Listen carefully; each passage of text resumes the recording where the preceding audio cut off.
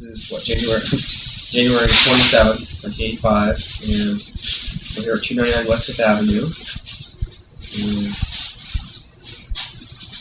we have Bob Housing here and Francis Reed. Both BW in there? No, yes. Both of whom lived at the address? 42 Governor Place. But you won't mention BW for him, Black Widow. Black Widow. Okay. I forgot about that.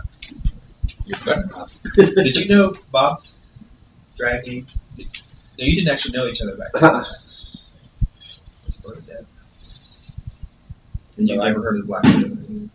It's funny how, lives crossed, and yet, because he was a blue feather and so was I. I vaguely remember the Bernadette thing now, but for some reason I've always been the Black Widow. Well, of course I know why, but I mean I've always been dubbed that. How did you get dubbed that? My lover died, and I wore nothing but black for several years. Late 40s and 50s, went to the old Speedway, Spring and Nielsen, and I dated a black guy for a couple of years, and that wasn't done then. That's probably something you want to delve into that Speedway thing, because I had never heard that. Yeah, it's interesting that the Speedway was at Spring and Nielsen because that new bar, Imaginations. That's what several of us older ones were commenting the fact that it's a stone's throw from there. Yeah. And of course that so-and-so that bought it and then turned it around really destroyed the whole thing. But it was a stone's throw from. How old were you when your lover died? 20s. So were you considered eccentric then because you were black? Yes. See, it wasn't a point that I was any better, but I was very aloof. And I chose who I wanted to associate with and talk to. And at the Speedway, I had my table in the corner in the front room of the bar. And everyone knew that was my table. And if I asked someone to come to the table, that was very unusual. But you didn't come over and say, "Can I sit down?" You were asked by me to come over and sit down. And what kind of bar was this? First tan and white bar, which means black and tan or tan and white. Probably the first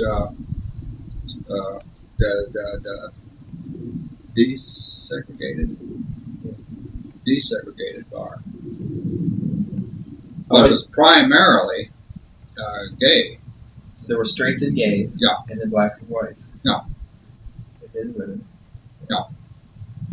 And of course, I've danced for years and years, and I would dance with some of the black so-called straight women, and they would say, "What are you doing in a place like this? You don't belong here. You seem to not belong here. You've got too much class." And I said, "But I'm with the people that I like." And of course, we've entertained colored people in our home for years and years and years. Now, what year was the Speedway place? 46, 47 to about 51. So is this after the war? And the other bars would not allow blacks? Straight bars that tried to allow blacks and whites? I don't believe so. It makes sense, but I never thought that too much. Now, there was Coppa Club, where they had the dawn dances. It was on Mount Vernon, after we'd make the rounds of the bars, and because some of the musicians would come over to the Speedway, and then they'd say, "Well, let's all jam at the Coppa." So after the bars closed at 2:30, it is on Saturday night, a bunch of us would get together, and that's why I was talking about the Club Macon, because we'd go to the Macon and we'd go on around to the Macon Hotel, and then we'd go on over to the Coppa Club. The Coppa Club was a gay or straight? They jam. Everybody went there, but you had to be known to get in there. Okay. Because it was after hours. No, but they jammed. All the musicians would get together and jam on Saturday night. different ones, Rusty Bryan and Bruce Woody, several, all either jazz, trumpeters or drummers or whatever, and they'd all get together and jam. This is when bars had live bands. And that bar with Coppa was located where? Mount Vernon and wherever the Macon Hotel is. I keep wanting to say 20s, but it's close to St. Dominic's. Close to St. Dominic's is across the street from the Macon, and then Coppa was just around the corner upstairs. Great big bar. Now the Speedway place, was it more of a house? It was a house. They had converted to a bar. Walked into what would have been the reception hall, and off to the right was what would have been the front room. That was a bar room. And behind it, what would have been the dining room, was another room. When you go straight in, which is the reception room, behind that was, I don't know what that would have been, but anyway, there was where the bar was. It was a rectangle bar in there. Restrooms behind that. And then upstairs, everything was going on from prostitution and dope, and I presume the homo deal with guys and so on and so forth. Everything was going on up in the rooms upstairs. Was it a privately owned place? So was it just one person owned it? It's like their house they had converted? It must have had a liquor license. Yeah, it was liquor license. But did you know who owned it, or was it just no, Willie West owned it. He's had 2 or 3 after our places since. And he spent time in the penitentiary. The last time it was closed, I know a couple times I was in there. And the one night I'd gone in, and he said, it was around 6:30 or something like that, because I had gone from work down there, and I can't even think where I worked, but I had stopped in there. Generally, when I went there, I just spent the evening, because at that time I could go around the corner and get something to eat and come back. And I walked in, and I was there about 15, 20 minutes, and he came up and he said, "You going to a movie tonight?" I just looked at him, and I said, "No intention of going to a movie." He said, "Why don't you go to a movie?" I said, "Don't want to." And he said, "Well, why don't you go anyway?" And he handed me a $5 bill. And he said, "Why don't you go to a movie?" And I said, "Well, all right." So I went down to the Palace, and I come back. It was around midnight, and I stopped at Gray's at Broad and High. And a couple of kids come in and says, "Where were you tonight?" And I said, "What do you mean, where was I?" And they said, "You weren't out at the club." And I said, "I went and decided to go to a movie." And they said, "Well, the place was raided." It happened one other time, and then the night that he was closed for good, he screamed at the girls. There was Hazeline and Ernestine, who were waitresses, and they called me Darrell then, and he screamed, "Where's Darrell? Where's Darrell? Get him out of here! Get him out of here!" And I was in the front room, and I was looking around, and I think it was Hazeline come up, and she says, "Get out of here!" And it was cold, and I didn't even have time to get my coat, and out the back door I went, and I just got to the corner when the place was surrounded by cars. So they were raiding because it was open after hours, or for some other reason? Or they raided off early in the evening? No, they wanted to, even at that time, they wanted to clamp down on the, well, they apparently knew about the prostitution and dope, plus it being a hangout for the gays or the homos. At that time, it was homos. But he seemed to know ahead of time, so he must have somebody letting him know. Whenever he come off with this, "Aren't you going to a movie?" I said, "Yes, thank you, I'll be going to a movie." And I went to a movie. Well, let me talk about going to a movie. Now, which one of you lived there first? I guess I did. Yeah, you must have. Because I was there in the 40s. Well, there was this house 2 doors from the governor's mansion that was owned by this elderly gay man. Would you say names? Albert? Or just Albert? When he's dead, anyway. And he rented the apartment out to young gay guys. And at the time I first went there was one woman living up on the 3rd floor, a prostitute, kind of like. Her name was Mary. And I remember her telling the story. There was some guy that was AWOL from the Navy. And Shore Patrol came there at the house looking for him. Della Deal answered the phone, answered the door, in a house coat. And so I guess they must have asked where Mary worked, and they saw her at work, and they said, "Well, when we rang the door, said this man came to the door in a house coat."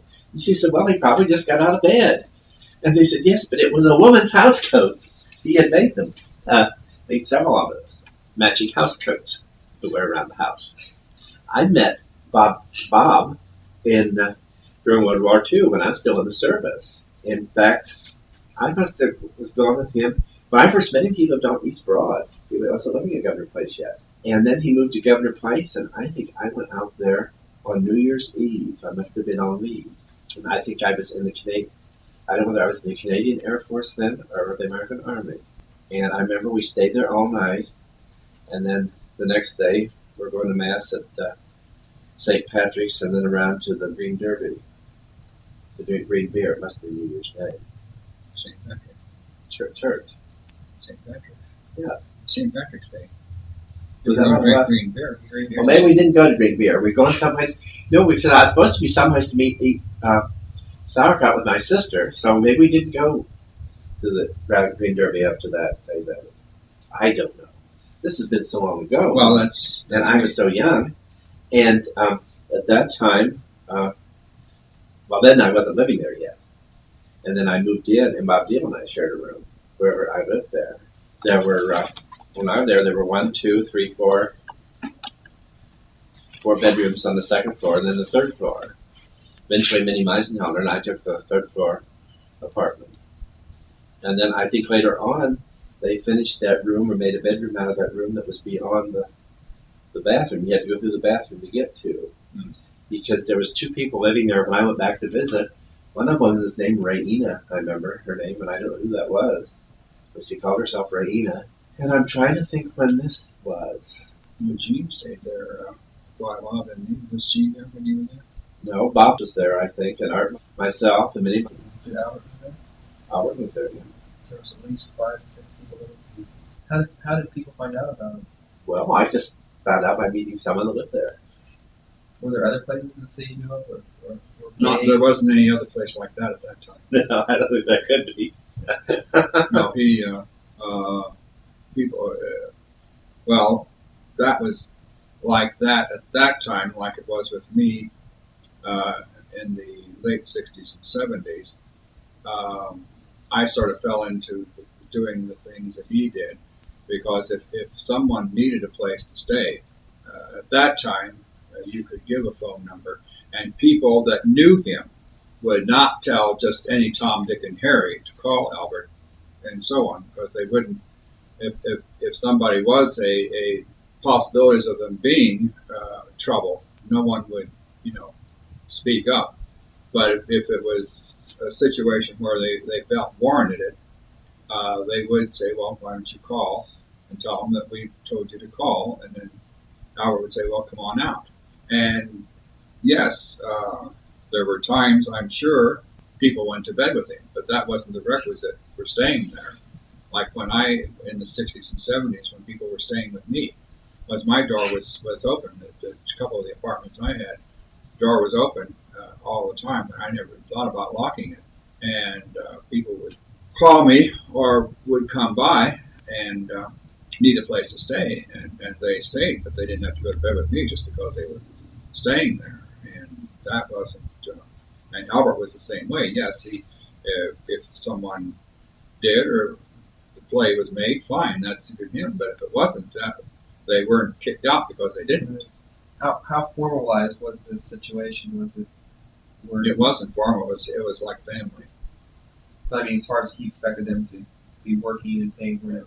Oh well, yeah. I mean, well, I do housework and was it delegated out? Not always.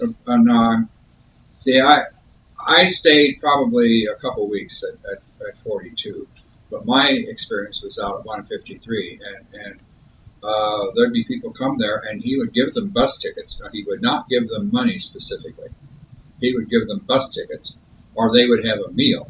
If he felt that somebody was being straight with the situation, and they needed change to have a meal downtown while they were working, or if they needed clothes, he saw to it they got that, and then 99% of the time he got the money back. But he wasn't free-handed as far as money's concerned. You would not starve staying there, but you would not.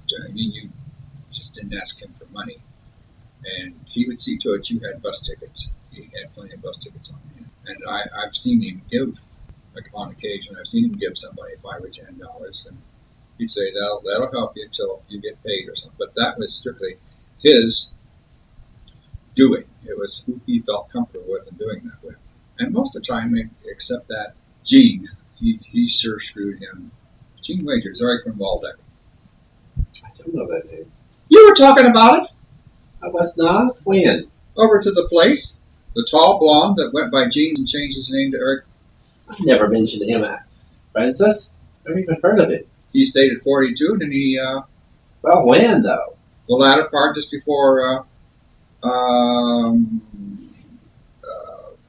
Albert sold that and moved on to 153, then he moved into 153 with him, and that's where he took him. Okay, but remember, when he sold 42, I was down, I had just come back from Florida. I was living at Mount Carmel Hospital. I was working at Mount Carmel Hospital. And I just went out and saw Albert one evening at 153 because he was my third witness for my divorce. But I don't know who was living there. And I never heard of Eric von Waldeck or Gene. Gene was from a little city outside of Columbus, and then he changed his name. What city? Newark. What did he do? What did he do to Albert? Oh, took him for quite a bit of money. Sounds like that's a real good way to make some enemies. Albert was a charitable person. He screwed over that. A lot of people. But there's, I think he's still living, and there are people that still remember that, and rub it into him even today after all these years. Did you go to Fran Stillman's anniversary party that year? Okay. I thought you said you did. Now, how far is Woodland? I don't know East Side. How far is Woodland Avenue from Governor's? I don't even know Governor's. Governor's Place is right behind the old Governor's Mansion. East Broad. I guess how far are they close to each other? Well, it's a little bit this side of Champion, isn't it? Champion? Ohio. Okay. There's one. Let's see, one's one way and one's the other. Okay, Ohio. Ohio and Champion and Governor's Place. Governor's Place is the extension of either Champion or Ohio, but I can't think which. Well, it's Ohio then, because Champion is Winter is the extension of Champion. Well, then it's. Okay, then Governor's Place is the extension of Ohio. See, I was born. We lived in Ohio when I was born. Not far from there. Isn't that strange? Woodland is out off of East. Well, it was off of East Long, and it's further out. But Woodland comes right into Franklin Park. Oh. As a matter of fact, Park Towers is at Woodland and Broad. Okay. That's what I was trying to get there that way, and I couldn't. I knew it was by Franklin Park, but I couldn't. But then it was up about 3 blocks because it was 153. You say this is like the only place in the city that people could sort of drop in type place. Did the stray community signal know that was a gay place on Governor's Place? Did they know that was sort of a hangout? Was there any problem? Not much, and see, some of the kids were quite.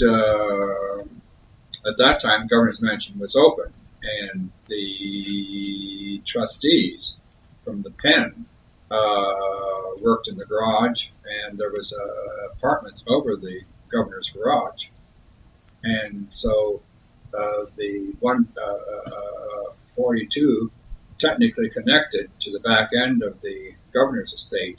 So at that time, some of the kids would chime in with the trustees and chit chat with them, and depending on the circumstances, why they get together, because there'd be 2 or 3 there at one time, and so they couldn't come over to 42, but the kids would go over there and sneak in the garage and that sort of thing. When you say kids, who are you referring to? People from the 42. If there was a house between 42 and the Governor's Mansion. Yeah. Do you really think possibly we should go out one day, take a drive out there, and take a picture of that? Oh, yes. Now, was Albert referred to as a mother then? He had kids? Was there any kind of family names? What was Mother Huffman? Mother Huffman. Did you have sisters? aunts and nieces, and did you have it down to that? Not too much at that period, but it was definitely Mother Hubbard. I don't know if any. I don't really know. Sid may have. I don't think he always said Sid was from Kentucky, I think, and he would say Albert, Mother Albert, but I don't ever remember anybody saying Andy. People that may not really have liked him or something like that may have called him an Andy or something because that was popular then. But you just didn't denote that with him because he was not considered an auntie. Dad comes from Yeah. Not well, yes, but he was not an auntie. He was a mother. Now there was another guy on Parsons Avenue, Smitty, and people would refer to him as auntie. But they were two totally different people. Like myself today and Albert, we would, there'd be no. I don't mind being called mother, but don't call me auntie. What's the difference between an auntie and mother? Well, Auntie Mame was a bitch, whereas Mother Superior or Mother is more proper. Is that a good? Did you call Albert mother? No, I was calling him Albert. I never called him anything Did but Albert. anybody in the house at that time call him? I can't remember. No, I don't think so. See, at one time he wanted me to go visit. He had a cousin also that was in this Benedictine order in Washington, and I had corresponded with him, and he was thinking about joining that order. And I got the official invitation to visit, and Albert said he can pay my way, the transportation back and everything. And I got from the superior, I got the official invitation. Well, when I found out who the superior was, I wasn't having any part of that because he was a psychiatrist. And when I got my discharge from the Army, this priest there at the camp said, well, there's someone in Washington, D.C. I would like to send you in to see, but he just didn't know. He didn't trust Vegas, that priesthood, and he didn't know whether he'd send me officially, send me into Washington on a trip, and I'd screw up and not go see the psychiatrist, I guess. And it was that guy. It was Father T. Thomas Werner Moore. And when I saw that the superior, that was a psychiatrist, I thought, well, I'm not about to send myself over to that order. And later on, when I was in training at Bellevue, I went to Bellevue as a affiliate student from Florida State Hospital, and they had a Catholic library there. And I was leaning toward supporting abortions at that time, and she could tell that my thinking was, off the Catholic path. And she dragged out all these books by Thomas Werner Moore for me to read. And I thought, well, there again he appears. But I always called Albert, and everyone that I know did. I never heard. But when Art Myers lived there, he got a job as secretary of the Columbus Symphony, and had headquarters in the Virginia Hotel. And there was a little picture he used by paper and write up and gave that address. And someone said, well, you shouldn't have put that address, as though that address was, known. So I don't know whether it was or not. There was never any common police, though.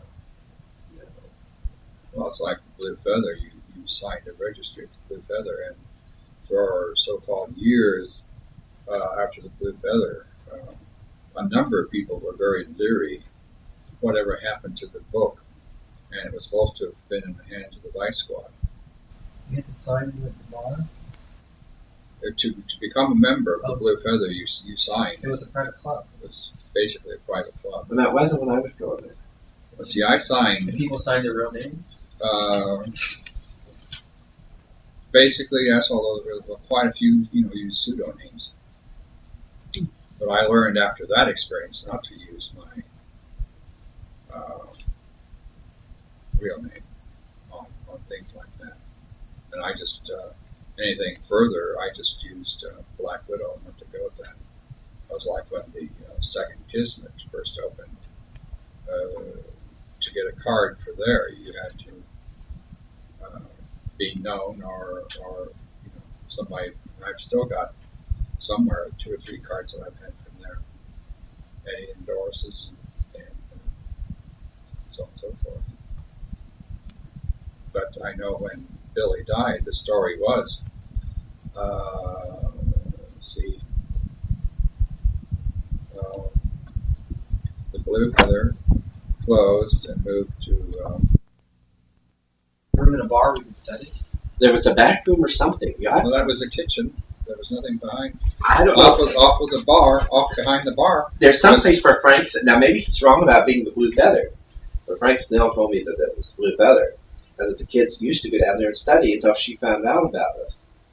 And I know when she found out that I was gay, she says, now, you know, there are certain places that if you want to work at St. Francis, you don't go to.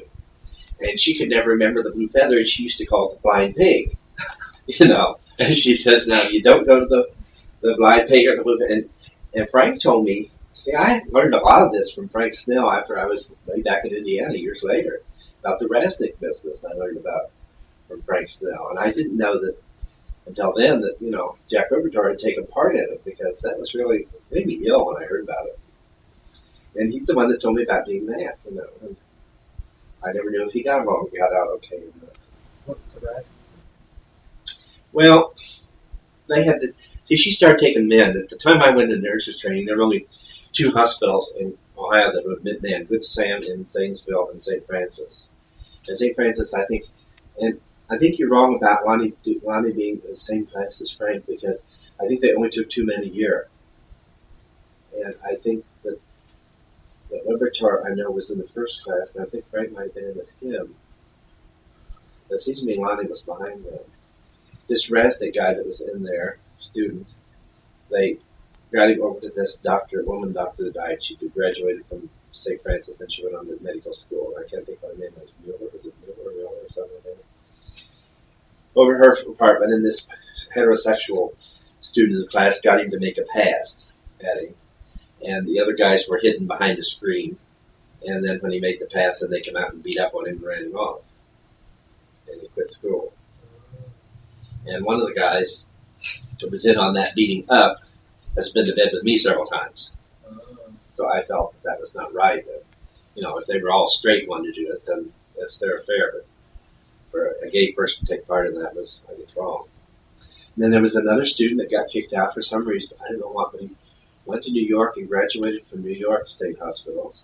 And then went on to anesthesia. And he lived out on Long Island, or else Frank Snell was out on Long Island. And he had his own anesthesia machine at home, and he experimented with it. And he got a hold of Frank and called him one night. He said, I've got too much or something. And by the time Frank got there, he was gone. That was the Resnick business. And then Dr. Zox, this Hendershot was the one that was mixed up in that, I think. He was supposed to be a heterosexual guy.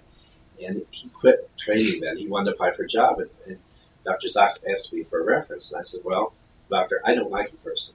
And he went on. He said, well, do you know, is he a fairy? And I said, well, I don't know, but I said from all indications of private information that I do know of, I don't think he is. Because what I think he had done was he was going with Madonna at that time, and I think he got into her pants and got her cherry. Why should we put homeless on tape? And then she went to get married. She was going to get married. She met a nice guy, and she wanted to get married. And she figured, I guess, that he would know she wasn't a virgin or something. So she kept having these pains, abdominal pains, and insisted they operate on her for appendicitis. And they operated on her for appendicitis, and Ruth is dead now, that worked there, said the doctor, whoever done it, I forget who did the surgery, said that appendix was as clean as could be. And I said, I think that was her whole motive then. When she got married, she said, well, when I had my surgery, you know, they got rid of my little maiden head, you know. And but anyway, I think Hendershot got into her pants with the understanding that he was going to marry her because he was getting a divorce or something, and then he ended up helping her because some of the graduate nurses that knew her, the women, were very upset with Hendershot. So then why did Albert sell 42 Governor's Place?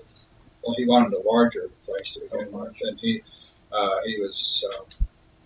Now I was trying to think whether it was his nieces. You know, that's where the women came into it that I knew, and I can't think who they were, but there were. Oh, there must have been 40 rooms or something like that. 153. 40 rooms. It was a huge place. There was great big balcony and pillars on both sides, like what are they? Am I trying to think? Like was up to a cone shape on both sides of the house. Or those Towers? Towers, like there were two. A mansion. Yeah. Oh God. Oh, those are beautiful houses out Oh, there. I didn't realize I was thinking of a house like that half double type. No. The 42 was a row building. Wasn't it? No. Was it their house? He owned those row buildings up on Blake. 42 was the house. But see, my aunt lived in at 81 in Woodland, on the corner of Woodland and Long. And those were beautiful. That's where the rich people lived, I guess. 40 rooms. They had other people living there. Well, I think there was, when I was out there then, there was probably 10 or 12 guys, plus some of his family. Sid and Jerry lived in the basement.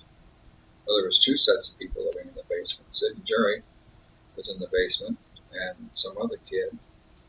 And I think Eric had moved out there, and he was on the third floor out there. And there were probably 3 or 4 people on the third floor. And then he got into his head to cut up the rooms and made 2 apartments on one side of the house. On the second floor, there was 2 apartments on the second floor that I think, I won't swear to it, but I think his niece or somebody like that was there. You went up like a grand staircase, and the stairs went both ways going up, and then the room that overlooked the balcony was probably bigger than this room here. And there were davenports and chairs and stuff like that. We'd have the French doors open, that overlooked the grounds and the yard and everything. Albert had his quarters downstairs on the first floor. The kitchen was probably 40 feet long and maybe 20 feet deep or something like that.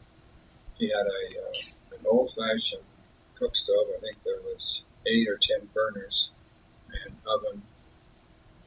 And he had like 2 refrigerators and a big deep freeze. On Sunday morning, why he'd get up and go over to St. Anthony's and go to church and come back, and then I'd come down and he'd say, "You start the toast," and I'd toast up 2 or 3 loaves of bread, and he'd put on the eggs and the bacon in one pan and eggs in the other, and then everybody would come down with their hair done up and bathrobes on or pajamas or nothing or whatever, and come into the kitchen and sit around the table and have breakfast. That's just done. They didn't beat people all the time. What was the neighborhood there like? Did it get run down? No, it wasn't too bad. Yeah, see, where the house stood. Oh, they tore the house down. Yeah, they tore the house down. So I'm trying to think which. They tore the house down. There's either a church on it or the lot next door. I can't think which. They built the church and the parsonage is where they. See, there was a great big. There were 2 lots of the house and lot, and gardens and so on and so forth. That's where that one picture of him and those guys were. So that was out in the yard, and it was a huge lot. So where it was is where the parsonage is. Of course, 42 is still standing, but 153 is gone. And I don't think I have a total picture of that. All I have is that picture of him coming down the steps of the thing. There might be somewhere in my stuff I've got a picture of it, but I don't think so. Did Albert ever have a lover? I believe he did at one time. I don't know. He had partners, but I don't know that there was a specific lover. Now, did you ever have what you considered gay children? Since you were into this mother husband sounds like a sort of family situation. Did you ever have your immediate family? Yes, there's probably 8 or 10 people that consider me mother today. I'm really interested in this gay family thing because there's a person who interesting that sounds very similar to. He was one of my best friends. His lover died. He was 20. But he wore black for 2 years or whatever. And he had his own table with Kismet and same kind of stuff. He really expanded his sisters and nieces and daughters. The thing that I have tried to do. Now, I'm no angel, and the kids, not necessarily gay kids per se, but kids, period, today, do not understand what respect means. Like I say, I am no angel. I try to respect people older than myself as well as people younger than myself. Where I live, I'm always doing something for somebody, helping people out with a car, or, this, that, or the other, depending on what. There are some in the gay community that either know them by reputation or know them maybe circumstances, but they're an out-and-out bitch. And there's no way you could respect them. But I have tried to keep it at a point where everybody, can respect me. Now, like earlier, I had my birthday parties at the Kismet. Then, at the Trade Winds first. Then at the Cats. Then at the Kismet. And then at Herb's. And I've had my birthday party at Herb's now for 2 or 3 years. And I put an ad in the paper. BW having annual birthday party at Herb's. Friday night, Saturday night, Sunday night, whatever. And the last 2 years, there's been probably 40, 45 people come in, that has seen the ad. Or, in the dispatch, you said? Yeah. Or Herb will pass the word that Fran or the Black Widow's going to have, depending on who he's talking to, because I've known her for 30 years. And so depending on who, he'll say, well, it's time for the Black Widow's annual party, so try and come in. And it's extra business. I always check with him first. Do you care if I? And he always says yes, but you still don't, to me, you don't go in and plop yourself down and have a party without asking. Well, I think there was, year before, I think there was around 50. Last year there was 45 or 50. And I plan on having it this year. And we put 2 or 3 tables together. And they're not all there at one time, but they keep coming in. They're in and out, this and that. Buying drinks for one another, buying drinks for me. And it helps to create more business for him. Oh, yeah. So with the people that consider you to be their brother, I'm going to say, are those special people that you told them that you could have that relationship, or is this something sort of developed? I mean, I assume it's not anybody can call you that and get away with it. Having somebody. No, there's no specific relationship, but there's just there's several people. There's a bond between us. Now, we've never indulged in sex and stuff like that, but that, as I said, that's beside the point. But there's just 5 or 6 people that I have helped, and like a guy here in the neighborhood. When I came home from the hospital, he got groceries. He came over and helped wash dishes and straightened up the house. And I think second time around, I offered to pay for the groceries. He said no. And I was at his place a couple times for parties. And so then we were talking one day, and I had offered again to pay him for it. And he said, when I stayed at your place, and he was in the throes of a divorce then, a real divorce, and so he stayed at my place. He had a key, came when as he pleased. I didn't ask him questions. What did you do? Where were you? What and what and what? He had his room. I had mine. We ate, blah, blah. But I was there. He could talk to me, get things off his chest. He knew it wasn't going to be discussed. And he said, well, in talking this last fall, he said, well, you probably don't remember, you probably don't know, but he said, if it hadn't been for you, I don't know what I would have done when I was in the throes of my divorce. And he said, it was the little things that you've done that were important to me. And he said, I'll never forget that. And he said, I can never repay you. And of course, he's working, he's making good money. I still, want to pay my way on like the groceries, but he's technically in better position to pay for them than I am. But I was not trying to take advantage of him that way. It's that type of thing that when you help or do, that's important. Now these younger kids today that have no idea who I am, there's no way you can begin to explain to them who I am. But I know one of the guys and I, a few years ago, 71 I think it was, had a house down on Wall Street in the Village. Some of the guys from the GAA come down to talk to him and so on. And the one guy had hairy chest and earrings and dress on one night. He said, you don't know how difficult it is trying to be a woman and people talking about you. And Bill looked at him and said, number one, a woman don't dress like that. Have hair on her chest and have a beard and mustache, earrings and stuff. He said, anybody knows persecution, he says, my roommate can tell you about that. Because he said he's the one that helped pave the way for where you are and what you can do today. Because I took it and done some dramatic things. We were at the Palace Theater one night. I can't think whether it was a Dietrich movie or what. But anyway, it was a late show. She had come in and she had a white ermine. And she threw it around her shoulders and walked down the stairs carrying a tray behind her. Everybody turned around and looked at her. And, you know, she just walks in this nightclub and so on. And it caught everybody's attention. So, we were coming out. And we got to the top of the stairs of the palace. And I said, I think I'll do a Dietrich. And they said, what? And I was all in black.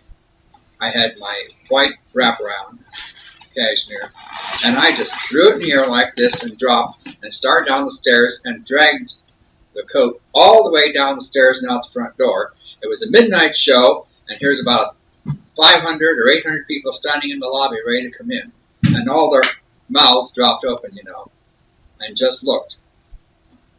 And I got to the door and turned around, and they were still standing at the top of the stairs. I said, are you girls coming or not? And I went on out the door. What year was that? Oh, it was before the palace closed, probably mid-late 50s. That's wonderful. My lover and I, a few years ago, ex-lover, used to go to the palace for different things. We used to love to. I love that staircase in that theater. It is just wonderful for doing those kind of things. And we used to sort of hold hands or go arm in arm and just promenade up or down, whichever direction we're going. And people, of course, would stop and gawk. No one ever said anything to us. You know, they would stare. But one time we had two straight women with us, who were friends, and we didn't know this. They were following us 10 feet behind us through the crowd. And we got back to our seats and I said, where are they? Because I didn't even know they had got the seats. And they come laughing, just rolling down the aisle and sit down. And they said, you should have heard what people were saying. And they, of course, heard everything people were saying behind our backs, but they weren't saying to us. They got all the information from that. That was just too much fun. That's great. Well, when Dorsum's was still open, one of the hustlers, and I knew him, and he knew me. Didn't dabble too much with the guys, you know, with the kids, but occasionally he would. And I had always sort of liked him, but I never delved into the situation. And so a bunch of us went in there one night, and of course we hit into the second room, and there was a big round there, and we sat in there. And he come over to the table, and I don't know what he said. He made some smart-ass remark to me about something, whippings or fruity or something. And I looked at him, and there was two people on either side of me. I looked at him, and I said, well, you didn't think a fucking thing about that last night when I went to bed with you, you dumb so-and-so. He had two guys with him. I think they were football players. And, you know, he started to come over to the table, and they grabbed him and said, okay, just, you know, cut it off. You asked for that remark. Whatever, I can't remember what he said, but it was one of the few times that I had sounded off like that. But he was just hitting everybody, you know, not this, but coming at everybody with remarks. And I thought, well, you need to be brought down a peg or two, and I'm just the one that's got nerve enough to do it, and I did. So, you know, after that, I ran into him. He never, you know, said anything about it. But his tone after that was altogether different. He, you know, wasn't as smart with me as he had been, or with anybody else as far as that's concerned. But he was a cocky guy, and well, there were quite a few pro hustlers at that time. I presume there are today too. I don't know. There were, you know, some that he thought he could get cornered, and they would, you know, cow to him. But he wasn't going to pull anything on me. That was for him, sir. Did you ever go up to the wall? No. Did you ever hear of it? I don't know of it. But back in the 50s, was it a place people went for cruise? Well, that may have been popular in the 50s, but I don't think it was as popular in the 50s as it was later. See, Albert owned that row house at Blake and Pine. That basically is half the wall. Well, that was all apartment buildings. I mean, there was... He rented them out. Those were rented out. That wasn't anything to do with the gay community at that time whatsoever. He just collected rent. But it was like Waldeck Park that they destroyed here some time back.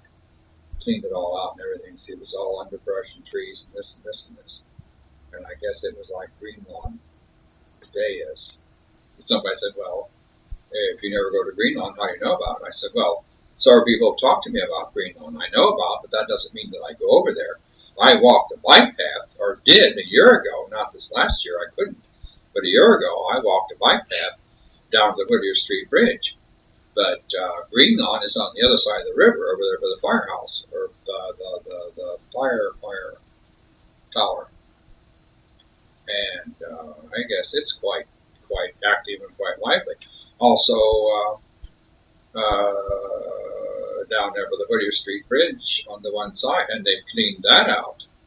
There was an area down there by the Whittier Street Bridge on the north side that was pretty active. But I've never, like over the years, I never was in the Southern Theater. The Southern Theater used to be the place to cruise in the afternoon. Well, hell, I never was in any place like that. Of course, you didn't even have to go to the restroom. You just sat in the theater. And I didn't know people did things like that in the theater. Did they do anything like that in the Majestic Theater or the Uptown? Yes. Oh. How'd you know? Well, I know about the Southern Theater. This one used to cruise the steakhouse for.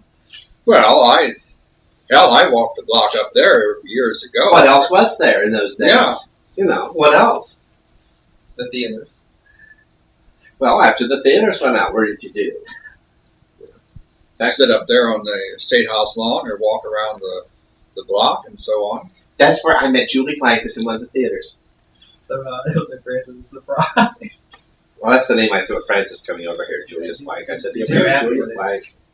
And now, did you go to the bars that he went into? What was the Neil House? We used to go to the Stag Bar, the Neil House. And then downstairs in the Deshler was the Ionian room. And the Circle Bar at the Chitterton. Yeah, the Oasis. You went to those bars. And they were gay people there. Just at the bar, wasn't it? The bar. The Circle Bar was definitely gay at the Chitterton. The Ionian room was known, and of course, after Hilton's took over, it was known for that. And Suite 16 was for the elite. Up on the, I guess the 16th floor, but where that, well, there was an article in the paper today about that people missed the Suite 16. But they built that glass bar. You can see that from High Street. Look up at the hotel or at the tower and see that glass at the top, and that's where the old Suite 16 used to be. In what building are you talking about? Yeah, the tower. Okay, see, that Deshler Hotel, it was a broad high. Right. When you look at the side of the palace, you see there where it's been pieced together. Right. But it used to connect there. And all those that are offices above the palace used to be hotel rooms. Oh. And that was called the Wallach side for some reason or other. And when you went back, if you were on that side, you went up some steps and then back to its own bank of elevators. Oh. And then up to there. So in the Lebec Tower, there was. See, years ago it was the AIU building. Yeah. I was in there the other day and I said, well, now, is that, I was on this side and I said, you guys, can I help me? I said, well, is this still part of the AIU building or is it over there? And I'm calling it, I still call it the AIU building. So Suite 16 was a elite people's Well, bar. it was primarily straight, but I mean the elite of the gay crowd would go there and stuff like that. What do you define as the elite? So we were always Money. doing, such as Wolf's. Yeah. Of course, you think Orrin Huntington. And I've never met the guy, but his name has come across so many times in my lifetime. Well, he's been in several movies. He was in Teachers. Well, he was in, the first one I saw him in was in the Harvey Girls. My sister remembers my grandmother taking her, I don't know whether I was with her or not, to a movie like it got at the Southern Theater. And some man tried to feel her leg.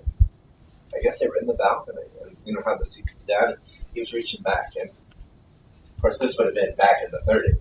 They probably wasn't gay then. Now, where was I was trying to think. Southern Hotel doesn't have a balcony, does it? The theater? Southern Theater? Sure it does. Chitterton is where...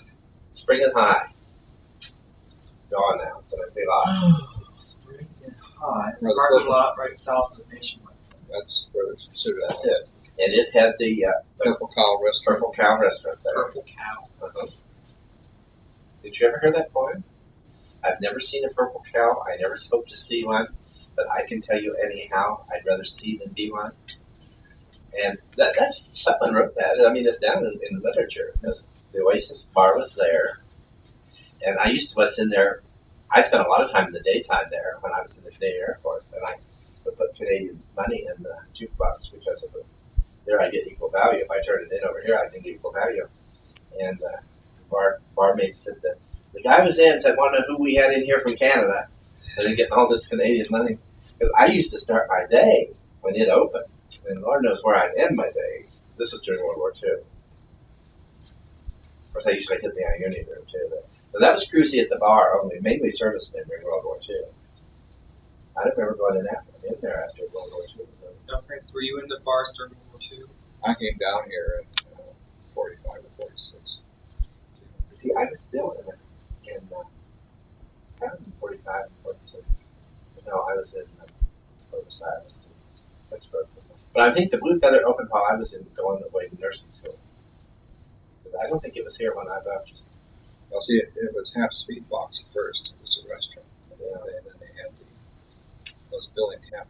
That's what I was trying to say was, I'm one of the few people that know that whole family circuit. Hap and Billy were husband and wife. They were in the circus.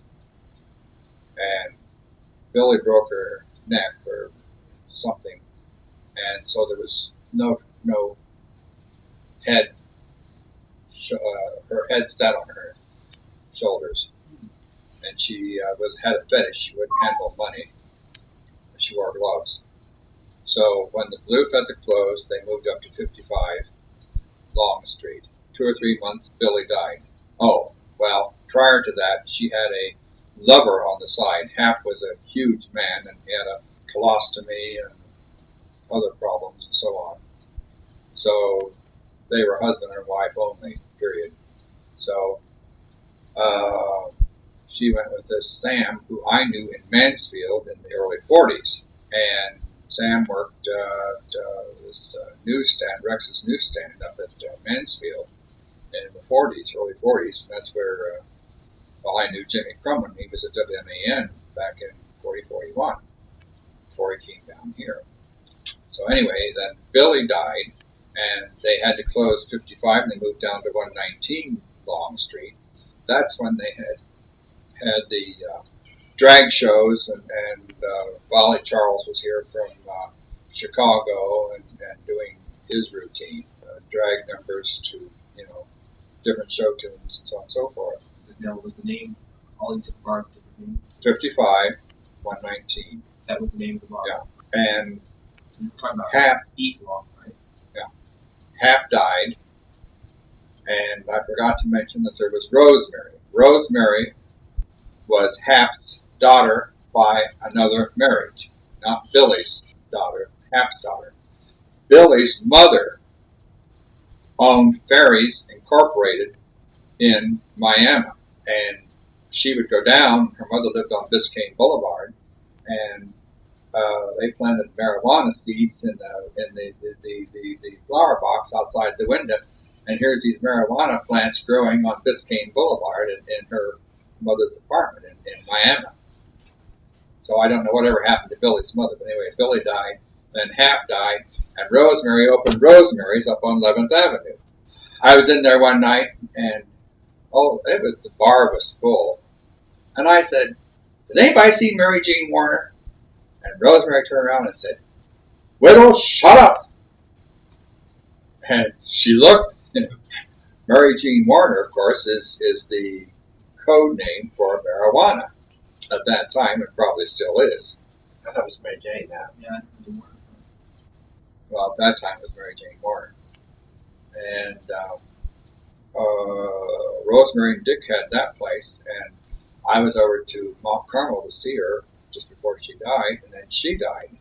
Then I think Alan took over for a while, and he was going with the Randy, not the Randy that does the drag work here today. Randy, I think, now lives in Dayton, I think, I'm not sure. But anyway, Randy was giving Alan a bad time and so on, and one night he drank 2 glasses of Lion turpentine.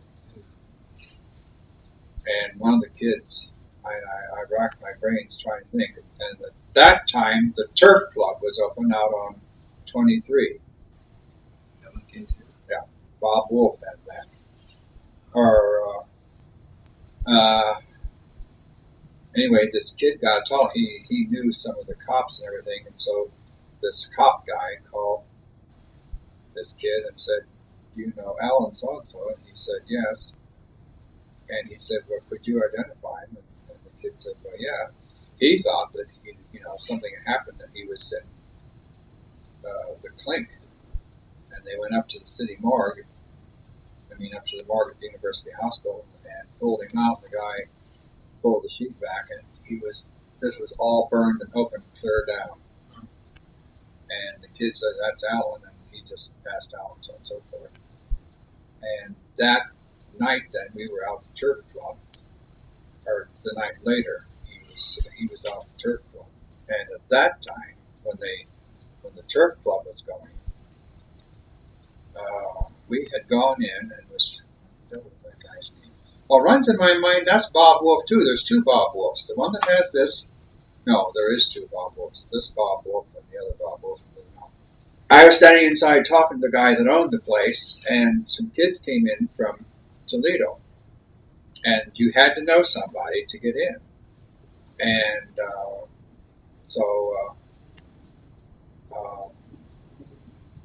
I thought I recognized the voice, and the kid on the door wasn't giving him really a bad time, but he kept saying, "Well, don't you know somebody from here?" And I just stuck my head out the door, and I said, "Oh, I know them." And they said, "Oh, the Black Widow." So that was one of the keys then at that time to get in the Turk Club. Anybody that knew the Black Widow, you could get in the Turk Club. No, when you say the door, did they have like a window in the door? Where you went into it like a little room, and you paid, but then you couldn't go any further than that unless you were known or whatever it was. And then you went from there into another door, which went into the door was like the bar, and there were 4 or 5 areas, 2 areas upstairs, a couple areas downstairs. Where was this on 23? Down there across from Scioto Downs. Caddy corner across from Scioto Downs, there's a bar. I was never there. I heard about it from someplace. When I was working in Cincinnati, I heard about it, I guess, from a salesman. On the right-hand side. Now, you don't think I've got the right name when I say Gene Holland, do you? No. You know what I mean? Yeah, Gypsy. Well, I didn't know her name was Gypsy. But you had a teacher. That's Gypsy, but it's not Gene Holland. She lived down at my Green Lawn, Green Lawn. In the house trailer. In the house trailer, yeah. Well, because when he died, he wanted to be buried here, and his somebody in the family took him back to New York. And Don Lantham brought me some of his cufflinks and stuff like that, because I said I wanted something of Gypsy's. So he brought me some of his cufflinks. But Holland is not the name. Now, when you're talking about drag shows, it was 115 Sloan? Yeah. Was that the first place you know of where there were drag shows in Columbus? Well, what about Billy Kennedy? Billy Kennedy, the pinup girl, that played out there at the Silver Slipper, over there by the fairgrounds. It wasn't a gay bar, but she played there. They built her as Billy Kennedy, the pinup girl. And it was a man. In fact, Bob Deal and I went there one night when Leona was there. And she said it was her 69th birthday. And she used to sing Pennies from Heaven. And when she'd sing Pennies from Heaven, everybody would throw pennies at her. So this was back in the 40s.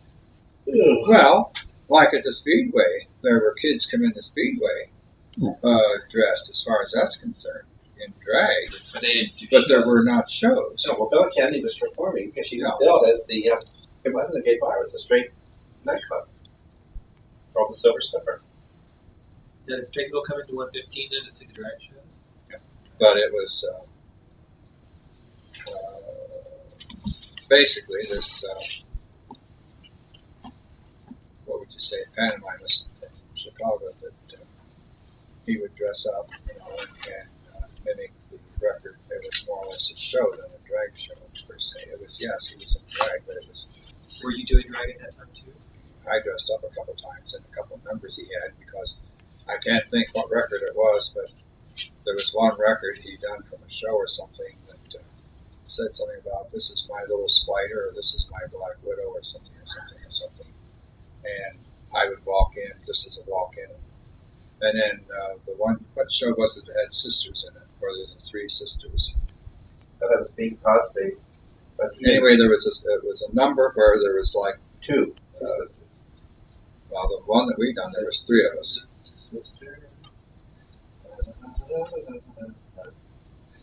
Anyway, I had this gown on, my hair showing and all made up and a wig on and stuff, but I, strictly did not shave or anything like that. And of course, Volley was dressed, and then there was one other person who was dressed to the hilt. So it was two of them, and then I was sort of the comedian of the three. There's a name Gene Butsby named here. And there was someone that started a flower shop on Capitol Square, someplace around 3rd or 4th Street, that was financed by Andrew Straley. I can't think of what the name of that guy's place name was. Well, somewhere in this, Maurice has got to be mentioned, too. I was just going to say, I was thinking of Maurice Connors, too.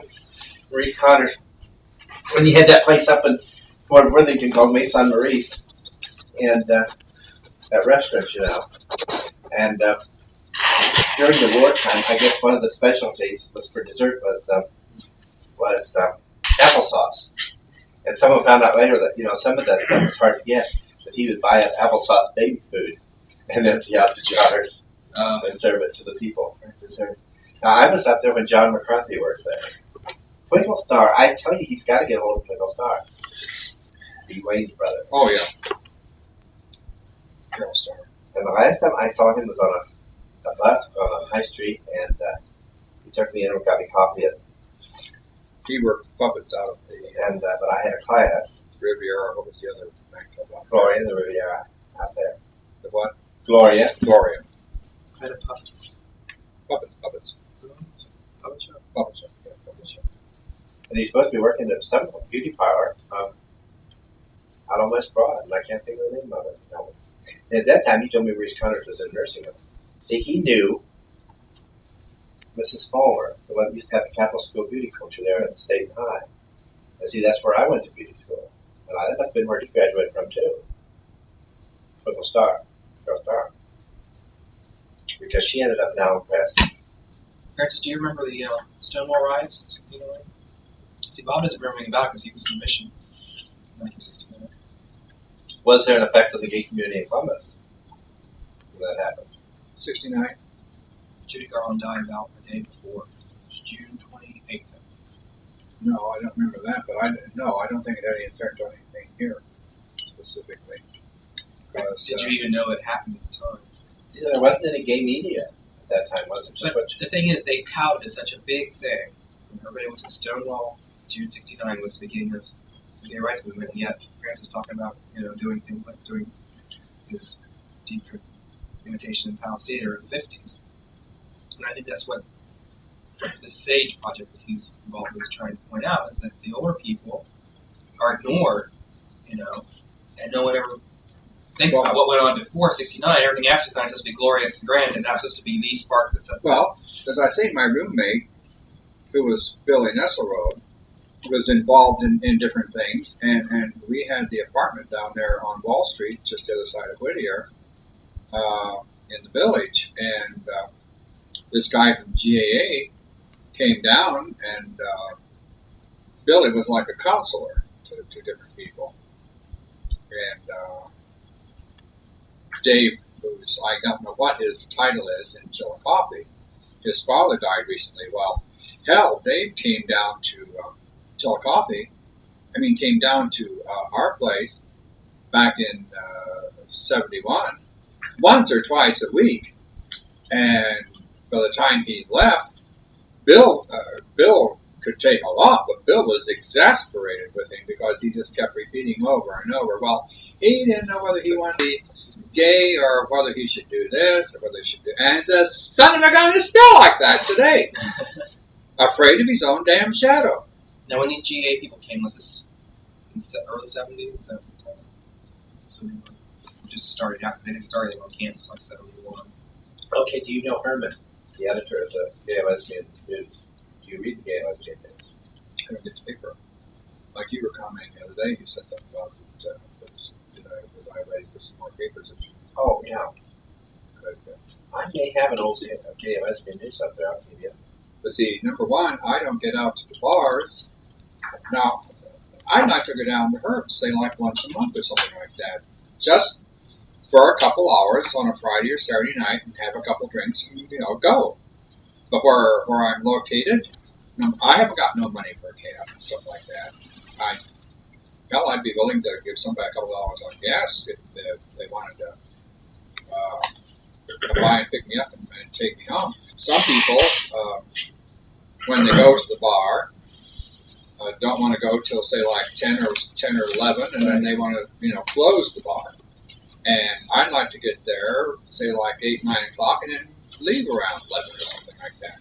Well, and if they want to go back to the bar or go home, fine, let them. But I don't want to be there all night long. Bryan, you could do that on a Friday evening. You could take Edie and I down. And then, as I say, neither one of us, would want to stay late. I don't like to stay late. And then you could bring us back and go on out and cruise or carry on or whatever you people do. Your persuasion. See, I keep telling Michael, it goes out and tricks. And I told Michael, I never tricked when I was your age. I said, now I had one night stands, but I never tricked. I don't think, did we call it tricks then? No. Tricking came in the 60s, but not the 40s or 50s. But we did say one night stand. Yes. You got that thing on? Yeah. Did you ever go to the baths? No. Well, I went once in Cleveland. And this had been in the 40s, between 45 and 47. Well, see, I lived in Cleveland in the early 40s. And I come down to Columbus. Well, then there was the Club Orchid up there. And then the one on the corner there at Euclid, something I can't think what it was. But anyway, I primarily went to the Orchid. And I drank Miller's and Ice. I've always had, when I was drinking beer, then it was always on the rocks. And I think it had been 3 years or so that I hadn't been up to the Orchid. And I walked in, and there's at that time, and the one guy's died since, and I don't know about the other one, but there was a pair of guys. The one, his mother was on the door. He was the manager, and his lover tended bar. I walked in, and she says, "How are you?" I said, "Fine." And walked into the bar, and she, acknowledged who I was, or acknowledged me, and I walked in the bar, and everyone says, "There's Mr. Columbus, the BW." Well, this is 3 years later. When was the time they had the fairy gardens there at the Park Place and those row houses? The gardens of fairy. Oh, probably in the 70s. That'd be sign as a gay liberation or something. Do you remember anything like that? No, maybe 72 or 3.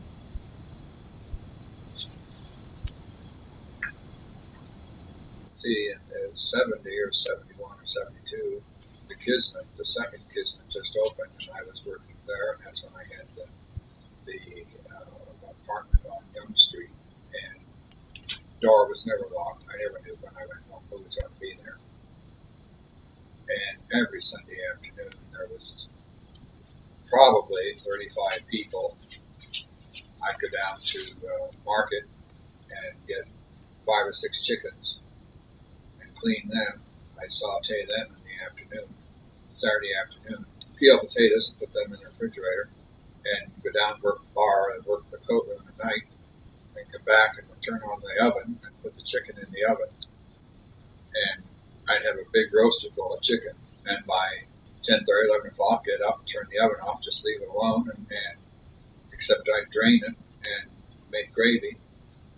And about 2:30, there'd be about 35 people there, and we'd put the chicken out on the table, and everybody would bring a bottle or a 6-pack of beer, or this, and so on and so forth, and we'd eat, and there'd be little groups in the front room, and in the bedroom, and in the hallway of 4 or 5 people, and there was there were two guys that were psychologists and so on from the university. And everybody, different people would get into these all varied conversations, deep philosophy, blah, blah, and so on. And we'd eat, do up the dishes, and some people would leave or what, and take off and go down to the bar. And I'd come home at night, and there maybe would be somebody sacked out on the floor in the front room or something, but they never locked the door. And there'd be kids coming in from Toledo or from Cleveland or here or there or something. You worked at the Kismet in 72 to 73.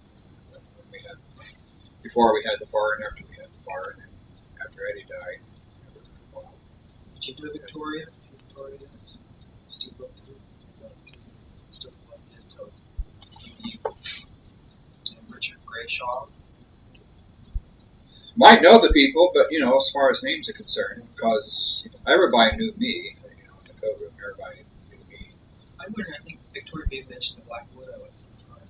I did my thesis work for Widow activities. See, what I was referring to in Cleveland was the fact that I must have left a good impression. And when I walked up to the bar by him, he said, "Oh, here's our Mr. Columbus. He wants Millers and Ice." And I remember what you meant. yeah. Of course, that's a good bartender will, but what I was getting at was it had been 3 years that I had been up there, and you tend to change a little.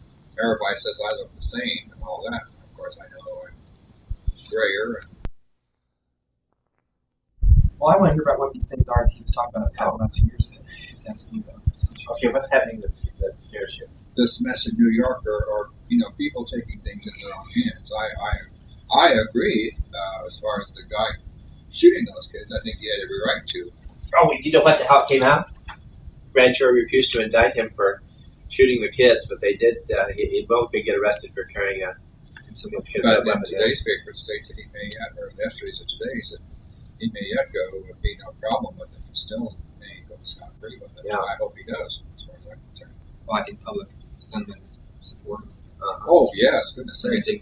How they even never act find like how they never find a jury that would, find him they guilty. even act like they want to incarcerate him. Why there'd be such an uprising in New York? It wouldn't even be funny. Why don't you give him some insight into when you first moved in the building? Because I would expect, and Michael Louise brought this up, that by the time people moved in there, they're a little more tolerant, and that you aren't even. Everyone looks gay, when you reach a certain age, They do. Well, you know how old men kind of act effeminate.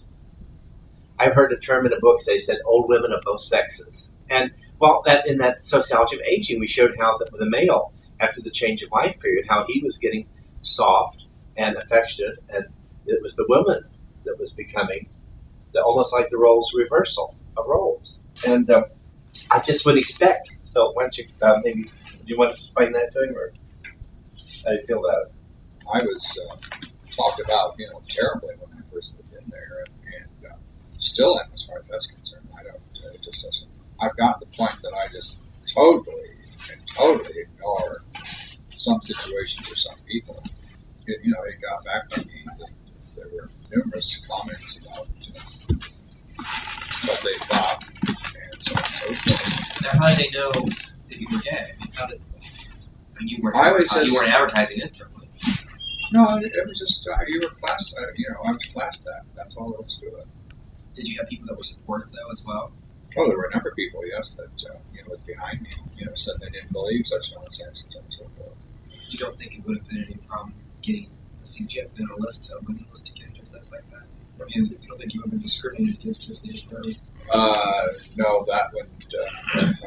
See, I still do as far as that's concerned, but I'm not as close to.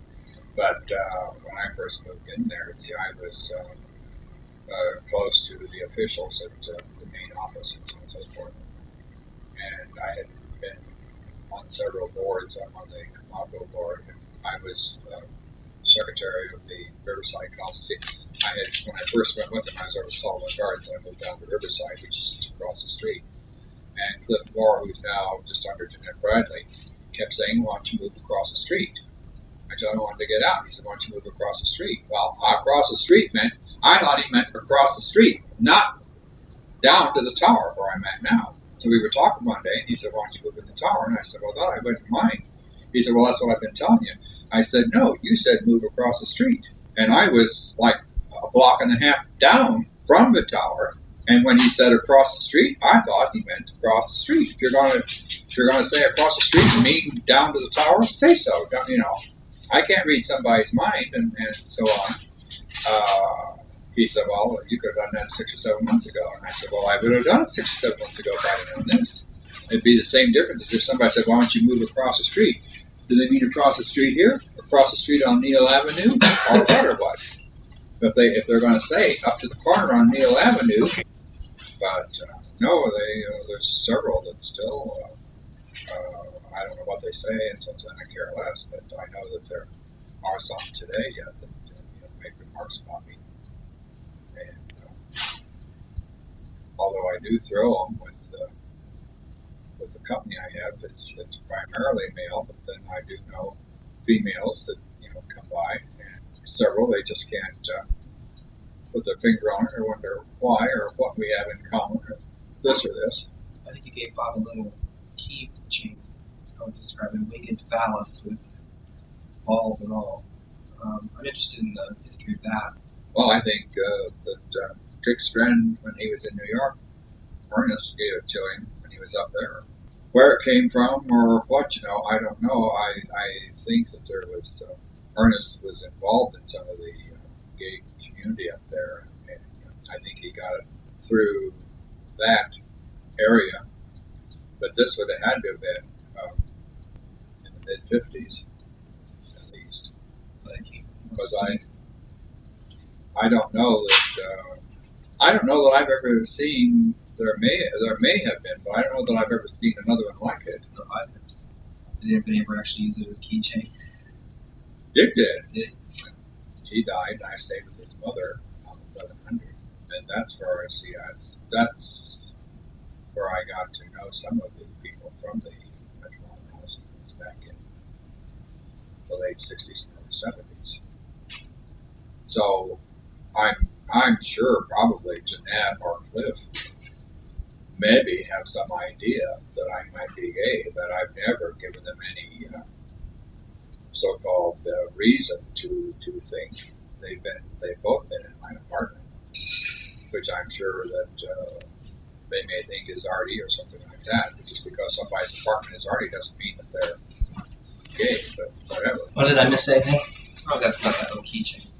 Oh, yeah, he was fascinated by that keychain. Well, I talked to Professor about it. He hasn't seen it, but I was talking to him. He suggested two things. One was to write to the kids in Indiana and see if they had any knowledge of that type of object. And then there was someplace in New York City he thought I should write to. An artifact of that era that probably a limited number of them were made or whatever.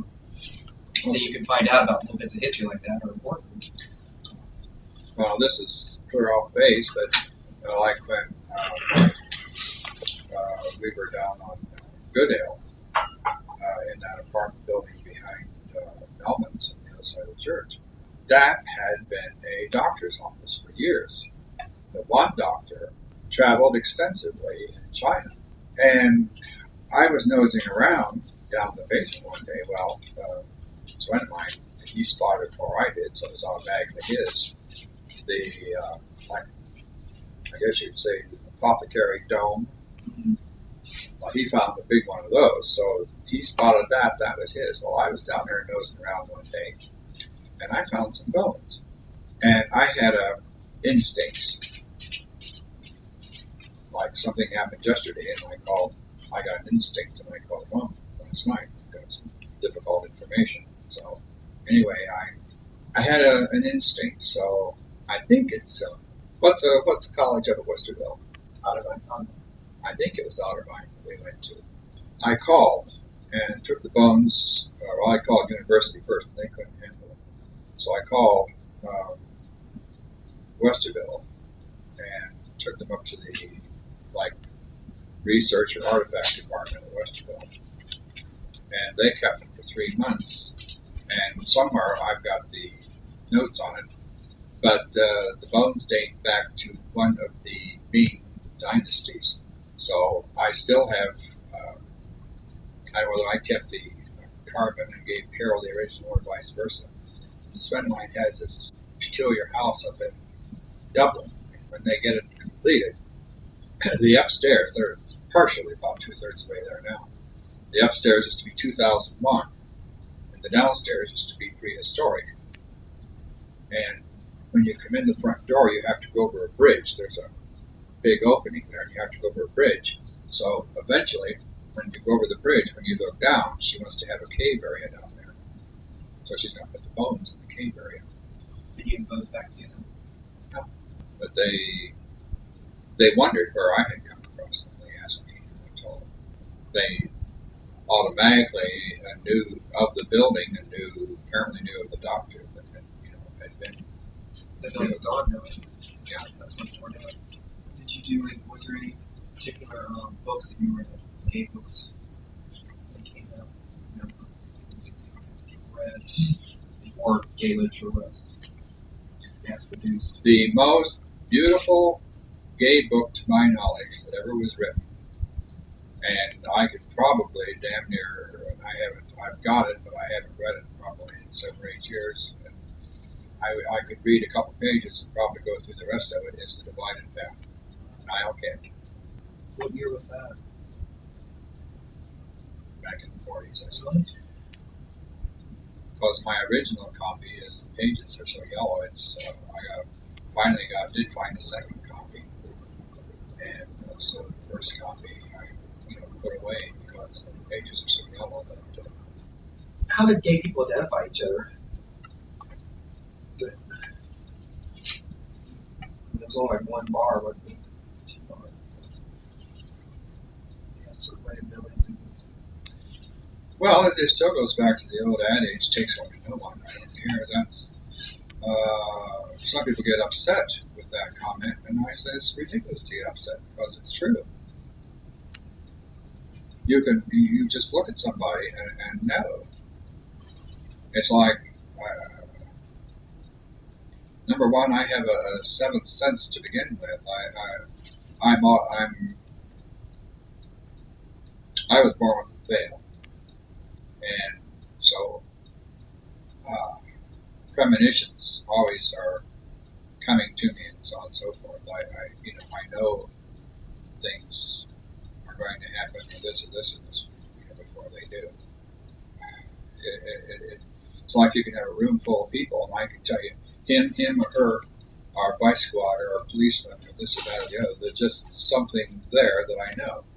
It's like you can be walking down the street, and there's, to me, or you can look at someone and something clicks like that. Your eyes meet, and you know they are or they're not. And one thing, bad habit or what, I don't know. But it's amazing. Straights, or gays, but particularly straights. I have if you want to call it bad habit, all right. But I have a habit of looking, or not necessarily cruising, but looking in this area. And it's amazing when you look at somebody, or even not looking at somebody, you look at that area, and 99 out of 100 automatically, particularly the straights, look down to see if there's anything the matter. And it's really amazing what either eye contact or eye observation can do. Whereas a gay person wouldn't look down, they would look back. The gays don't, as a rule, do that. But this, like a guy be walking down the street and I'll glance down, and automatically he's looking down to see, and he got a frustrated look on his face for a second or so. And there's one or two, maybe out of 50 or 60, that might look at you, well, what the fuck's it to you, or something like that. or, you know, wonder what the hell. But, In my experience, I think that's probably true because I know if I'm being cruised, I don't necessarily look at my crops. I don't tend necessarily to look down when they look at me. I know what they're doing. I guess if I was a straight guy, I would like to take less pride. well, like yesterday, I was out to pick up my glasses, and the wasn't the same guy that waited on me last week when I was out there. This guy appeared to be fairly well built and so on. Small frame, small ass, tight pants and so on. And like I'm this far, you know, he says lean over, and he's got his hands here, and the way I'm sitting, I'm just about this far from it, and I was definitely looking, and I could tell that quick he was frustrated just by his actions, and like he couldn't get behind the counter quick enough for this or this or this. And I didn't say anything, and I really, where else are you going to look when he's got your head holding it, and it's right there? What are you going to do? But apparently, and what I think is, I had a funny feeling that he and the other guy that worked there might be tied up somewhere or other, because they were both similar in statures and everything, and this one appeared to be a little more obvious than the other one, but yet with it all, he was still a little frustrated. He may have felt my, again, like as I say, it takes one to know one. He may have felt my observation or Interesting. What did I mention Francis before I got to know him? You told me you thought he was gay. That was someone else that I thought. well, I knew he was when I saw him, and so it went on, and suddenly I felt, no, this is asinine. I'm going to make a point somehow or other, and I still don't know. I went in, well, see, the gal and I don't get along in there too well to begin with, so I don't want, that's another reason why I don't want problems with her or him to have problems with her because of me, because I'd probably blow up on that. I mean, I've already blown up over there a few times, but if something ever come out in that area that anything happened, I would really blow up. Being whether she's religious or whether what would make no never mind to me whatsoever. And so that's why and then I was upset then when he told me the other day about all the fucking nonsense he had to put up with Thursday or Friday with her, and I thought, and I thought to myself, she says one damn word to me that was he, you know, were we connected or was this, that, or the other, and I would have hit the ceiling. No, I went in and made some excuse or other to make conversation. I don't know, it was almost immediately something was mentioned about 42 Governor Place. 42 Governor Place. Use it sort of as password. Well, we were talking about where we live. I asked him about party. He said he lived on Governor Place. Or I said I don't know who said first. And I said, which one? He said 42, and I said, well, that's where I live. Were there big parties there? They have parties? Woodland Avenue? Woodland, we had parties. We had a party for Johnny Ray when he was the singer. The guy that's deaf in the ear. Oh. Not Johnny Ray. Sweetheart, it's a letter. Goodbye. He had a party at the house? He was here for a concert at Palace. Did somebody else know him? I mean, There were some kids that had gone backstage and asked if he wanted to come out. He said yes. Was there a ballroom in that house?